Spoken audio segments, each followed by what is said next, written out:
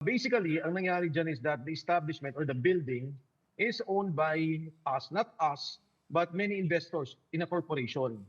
So itong Chicago, particularly the club that they raided, is one of the lessors of that establishment.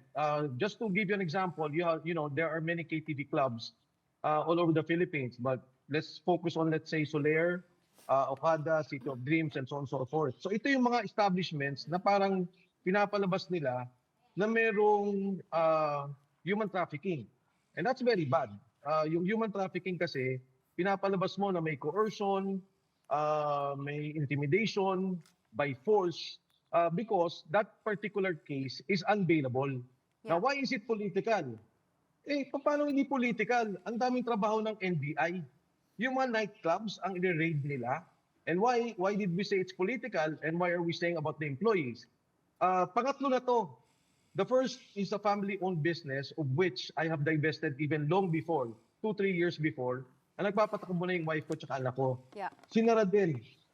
And about 100 employees were involved there. Another company, there are about, no, I'm a very minority member, but they elected me as president, of which I resigned in January. Again, inatake na naman nila, sinara nila. In total, again, in this particular case, yung Chicago Club, and then they're coming up with all these issues about human trafficking at saka drugs. Inatake na naman nila, and they raided it, and now they will file this case. So all in all, we're saying almost 1,000 workers are already affected. In the middle of a crisis. No, let me just finish. In the middle of a crisis. Why would they do that in the middle of a crisis? We are willing and we are ready to legally challenge what they have filed. And we can prove that they have they have no case against us. Pero paano yung mga empleyado? Kawawa naman yung mga tao.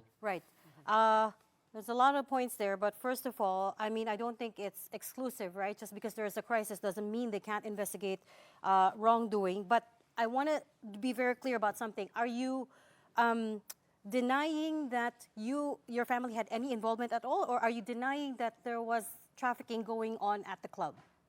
Both. We are not involved in the business because we are involved in the building. Now, we are involved technically with so many other investors. In fact, maraming mga investors doon, kakampi pa ng administrasyon. Number two, there are many establishments there. You have 7-Eleven, you have the Korean restaurants. They are lessors and we are not involved in any of their operations.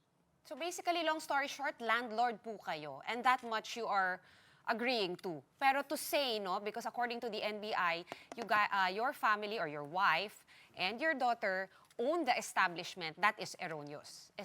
Just to clarify. Yes, and also, pagdating doon sa ownership ng property, hindi kami lang yan kasi marami kami nag-invest dyan eh.